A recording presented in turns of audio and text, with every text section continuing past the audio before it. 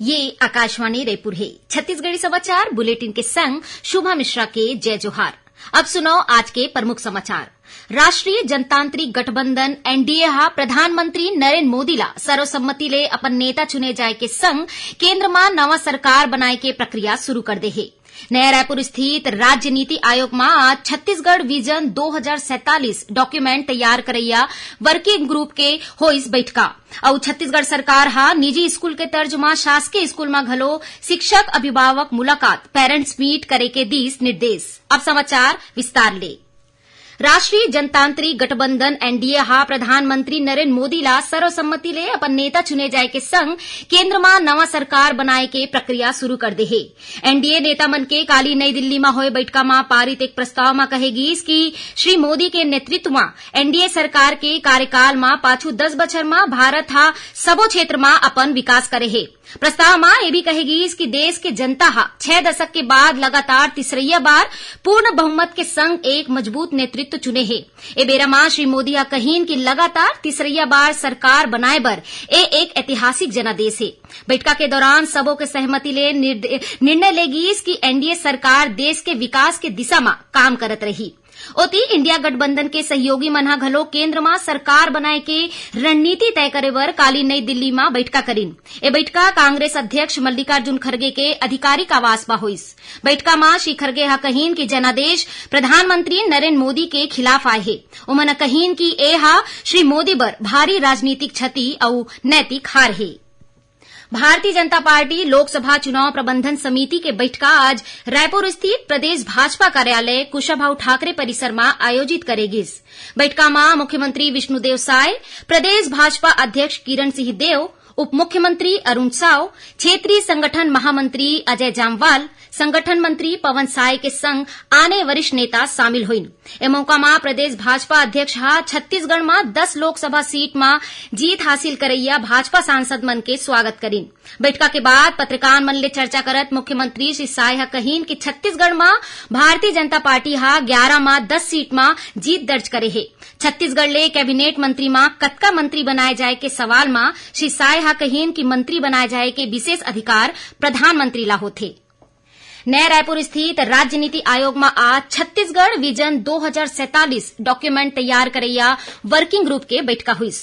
बैठका में working group के सदस्य मन हा अपन विचार राखिन। बैठका में सस्टेनेबिलिटी एंड रीजनरेटिव डेवलपमेंट के मामला में छत्तीसगढ़ ला अग्रणी राज्य बनाए में विचार विमर्श करेगी। वर्किंग ग्रुप के सदस्य मन हा बैठका में सुशासन अभिसरण विभाग योजना, आर्थिक और सांख्यिकी विभाग, वन और जलवायु परिवर्तन विभाग, खनिज संसाधन विभाग, ऊर्जा विभाग, पंचायत और ग्रामीण विकास विभाग ले संबंधित भविष्य के लक्ष्य, चुनौती और सामर्थ्य के प्रेजेंटेशन दिन। जानवा के मुताबिक विजन डॉक्यूमेंट तैयार करे के जिम्मेदारी राज्य नीति आयोग ला सौंपे गे है। ए बछर सितंबर महीना तक विजन डॉक्यूमेंट के आखिरी रिपोर्ट तैयार करे के लक्ष्य राखे गे है। छत्तीसगढ़ सरकार हा निजी स्कूल के तर्ज में शासकीय स्कूल में घलो शिक्षक अभिभावक मुलाकात पेरेंट्स मीट करे के निर्देश दे है। राज्य के स्कूल शिक्षा सचिव सिद्धार्थ कोमल परदेसी हा कहीन की ए नवाचार करैया छत्तीसगढ़ हा देश के चौथा राज्य होही। एकर पहली गुजरात, महाराष्ट्र और हरियाणा में पेरेंट्स मीट के आयोजन करे जाथे। उन्होंने बताइन कि शासकीय स्कूल में साल में 3 घो शिक्षक अभिभावक मुलाकात हुई। उन्होंने कहीन कि ए नवाचार ले लइका मन के सबो गतिविधि ला पालक मन हा देख सकी। लइका मन के काउंसलिंग ले उमन ला परीक्षा के तनाव नहीं रही और स्कूल ले ड्रॉप आउट यानी पढ़ाई छोड़ैया लइका मन ला रोके जा सकी। स्कूल शिक्षा सचिव हा कलेक्टर मन ला पत्र लिख के पहली पेरेंट्स मीट के तारीख 9 अगस्त तय कर दे है। मुख्यमंत्री विष्णुदेव साय हा रायपुर ग्रामीण के विधायक मोतीलाल साहू और प्रेमनगर विधायक भूलन सिंह मरावीला रायपुर स्थित राज्य स्तरीय पशु चिकित्सालय के रोगी पशु कल्याण समिति के सदस्य मनोनीत करे है। ये समिति पशुधन के हित के संरक्षण और संवर्धन बर काम करत है, जेकर उद्देश्य पशुधन ला उखर अच्छा जीवन जिए के हक देना है। छत्तीसगढ़ी समाचार बुलेटिन आप मन आकाशवाणी रायपुर ले सुनत हो। छत्तीसगढ़ के खबर ले है आपकी वास्ता और खबर के विश्वसनीयता ले है हमार वास्ता। आकाशवाणी समाचार रायपुर के प्रादेशिक समाचार बुलेटिन के संगे संग हमार समसामयिक कार्यक्रम आप रेडियो के संग अपन मोबाइल में घलो सुन सकत हो। आकाशवाणी समाचार फेसबुक, ट्विटर और यूट्यूब में घलो हावय। हमार फेसबुक पेज हरे Chhattisgarh news on AIR, Twitter handle CGAIR news और हमार यूट्यूब चैनल हरे छत्तीसगढ़ AIR न्यूज। तो अब रेडियो के संगे संग आपके मोबाइल के माध्यम ले हम आप तक पहुंचत हन। छत्तीसगढ़ के हर खबर पर सुनत रहो आकाशवाणी समाचार। अब आगू बाढ़बो बाचे समाचार कोती। आयुष्मान भारत डिजिटल मिशन आभा के अंतर्गत जगदलपुर के महारानी अस्पताल में मरीज मन ला OPT पर्ची बर अब लाइन में लगे के जरूरत नहीं होही। मरीज या ओखर परिजन घर बैठे ही मोबाइल ऐप आभा ले अपन रजिस्ट्रेशन करवा सकत है या ओमन आभा ऐप के QR कोड के इस्तेमाल घलो कर सकत है। ए ऐप में मरीज के एक आभा कार्ड बनही जेमा मरीज ला 14 अंक के कार्ड नंबर मिलही। एमा मरीज के स्वास्थ्य संबंधी पूरा जानकारी होही। ए ऐप डाहर ले देश में कहूं भी डॉक्टर डाहर ले मरीज के स्वास्थ्य रिपोर्ट जाने में सहूलियत होही। महारानी अस्पताल के CIBIL surgeon doctor Sanjay Prasad हा बताइन कि आभा ऐप के उपयोग कोनो भी स्मार्ट मोबाइल धारक कर सकत है। ऐप के माध्यम ले रजिस्टर ऑप्शन में जाके कोनो भी व्यक्ति अपन मोबाइल नंबर और आधार कार्ड नंबर दर्ज करके खुद ला रजिस्टर कर सकत है। दक्षिण पूर्व मध्य रेलवे के नागपुर मंडल के सालेकसा और दर्रेकसा के बीच up and down railway crossing में गर्डर लॉन्चिंग के काम करे जाही। एकर सेती 7 और 12 जून के 10 गाड़ी मन के परिचालन प्रभावित रही। एमा Durg Gondia Durg MEMU passenger special, Gondia Netaji Subhash Chandra Bose, Gondia Itwari MEMU passenger special, Dongargarh Gondia Dongargarh MEMU passenger special के संग ए रूट ले जवैया 10 आने ट्रेन घलो रद्द रही।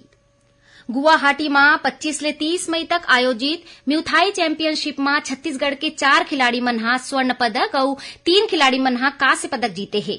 स्वर्ण पदक जितैया खिलाड़ी मन में राजकुमार, दिव्या अग्रवाल, तोशी पांडे और समिधा अग्रवाल शामिल है। उन्हें शुभांश मानिकपुरी, प्रवीण जायसवाल और अर्चित केशवानी हा कांस्य पदक जीतीस। ए खिलाड़ी मन हा आज रायपुर में खेल मंत्री टंकराम वर्मा ले मुलाकात करीन।